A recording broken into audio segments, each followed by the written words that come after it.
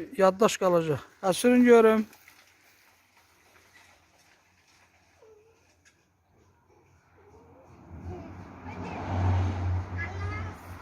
Aha. Yavaş.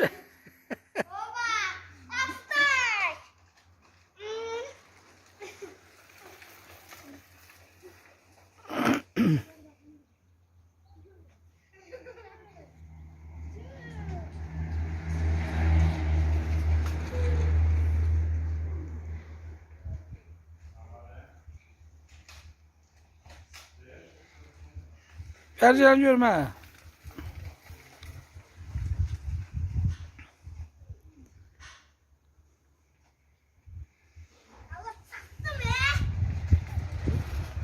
Yavaş ya, yavaş sürün. Can yok buraya, can yanıma. Can buraya sen de gel, sen de gel. İkiniz de gelin buraya. İkiniz de gelin buraya. Hayır. Can yok buraya. Buraya gel. Senin adın nedir? Ayxan. Ayxan, ne tersen? Yaxşı. Sen de Osman? Ne tersen? Yaxşı. Bak indi ben sizin bu videonu çəkirəm. İndi siz yekələndə bu videonu göstereceğim size.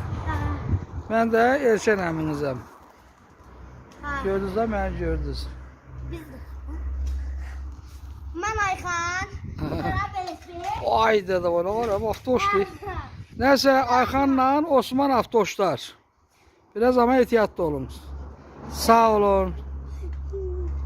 Bakın kaldır kabağını, ikiniz de kaldırın kabağını. Bakayım. Aha. Baba. Ay da var. Osman sen de.